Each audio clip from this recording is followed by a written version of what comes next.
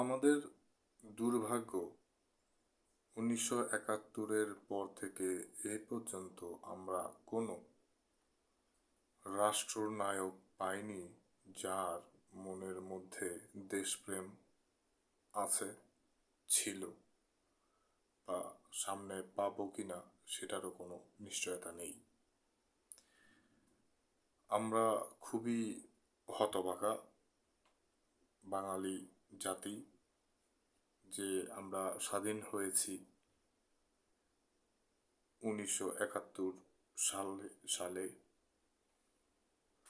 অনেক ক্ষমতার পালাবদল হয়েছে, কিন্তু আমরা সত্যিকার অর্থে দেশ নায়ক বলতে মন থেকে যে দেশপ্রেম থাকার কথা, এইরকম কোনো দেশপ্রেমিক রাষ্ট্রনায়ক, রাষ্ট্রপ্রধান, সর্বোচ্চ ক্ষমতার অধিকারী, ভালো মানুষ, দেশপ্রেমিক মানুষ পাইনি।